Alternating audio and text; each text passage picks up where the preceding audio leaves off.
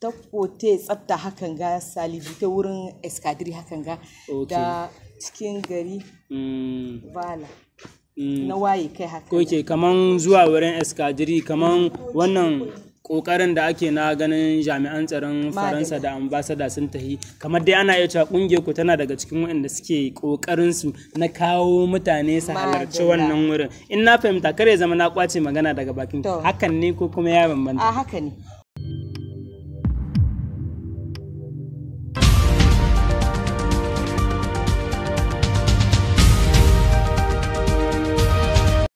Assalamu alaikum wa rahmatullahi wa barakatuhu jama'a masu kallon mu da sauraron mu barkanmu da warhaka barkanmu da kasancewa da ku a cikin wannan shiri na yau daga tashar Sahel Ventikat wanda kuma za mu tattauna da ɗaya daga cikin jerin ƙungiyoyin mata waɗanda suke ayyuka tukuru domin kawo sauyi da kuma ci gaba a wannan tafiyar da muke ta neman kwato 'yancin ƙasar mu Nijar.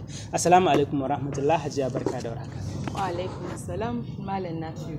Masha Allah.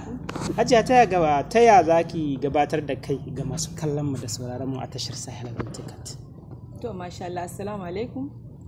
Ni dai ni ce Halima Ahmed sakatariya ta kungiyar samu ta Réseau des Femmes Battantes.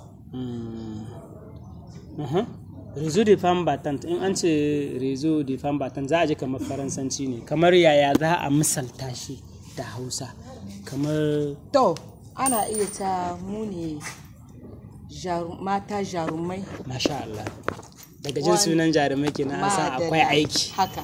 Masha Allah.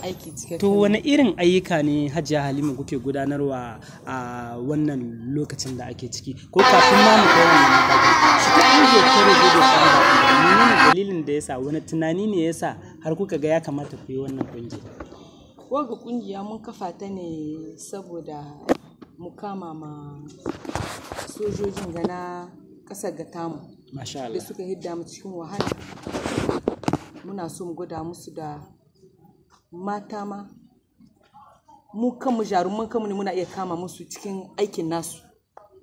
Masha Allah. Ai mata ya ma wuce a ce jarumai ne ta la'akari da yawan cikin kasar Nijar. To ka gani. Ko da dai babu jaruma ana iya samun wasu jaruman su mai gurbin. Kaman an yi wannan kungiyar ne saboda wannan dalilin. To a daga lokacin da aka yi ita wannan kungiyar zuwa yanzu wa'inne irin ayyuka ne kungiyar take yi? To mu dai kungiyar tamu muna ayyuka da dama. No hagan dai da muhara muna share-share wurare. Kamar dai tsabtace cikin unguwanni kenan. Madalla salibri haka. Okay, tsabta cikin unguwanni. Muna da mutane mata cikin kungiyar mu wanda suke kama muna cikin harkokin gyare-gyaren namu. Ana iya cewa kamar yanzu zuwa yanzu mata guda nawa ne gare ku cikin ita wannan kungiya? Muna da haurin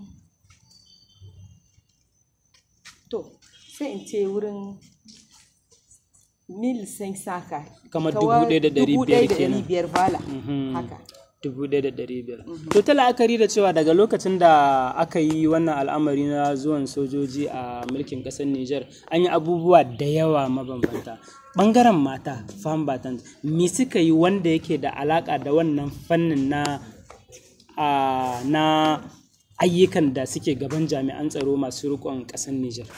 A gami namu dai mun mobilizan mata kawo mun kirawo mata su tashi mu kama masojojin namu kuma taimako da muka yi wurin ta kote tsafta hakan ga salibi ta wurin eskadiri hakan ga da cikin gari bala na waye kai haka. Ok kaman zuwa wurin eskadiri kaman wannan kokarin da ake na ganin jami'an tsaron faransa da ambasada sun tahi kamar dai ana iya cewa kungiyar ku tana daga cikin waɗanda suke kokarin su na kawo mutane su halarci wannan wurin in na fahimta kare zama na kwace magana daga bakin hakan ne ko kuma ya bambanta? A haka ne.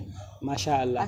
To ta yaya ne kuke jan hankalin mutane har su fahimci muhimmancin su je a yi kuma wani nasara kuke samu? Wallahi alhamdulillah tun da dai garin yanzu an samu ko ina. Duka cikin region da dama duka cikin region 8 duka akwai sunayen mu an san mu gaskiya filan san mu kuma da kokari ga aikin da muke nan gari. Ana ya ta kungiyar ku kenan tana da reshe cikin sauran jihohin kasar Nijar. Insha Allah. Kamar wa'anne jihohi ne kuka yi ƙarfi? Cikin duka 8 cikin region kin muna nan. Hada diaspora ma muna nan ciki duka ka gani. A bangaren escadrille wani gudunmuwa kuke kaiwa ko kuma wani kokari kuke yi? Kaiwa shine muhara da escadrille tukunna a bangaren escadrille muke kaiwa escadrille na daya to kuma muna taya mu kama musu da mobilization zirgane da ake yi nan cikin escadrille a hilin escadrille a takaice da zanga-zanga da zaman dirshin da wane da ake yi gabaki ɗaya tare da ku ake yin shi.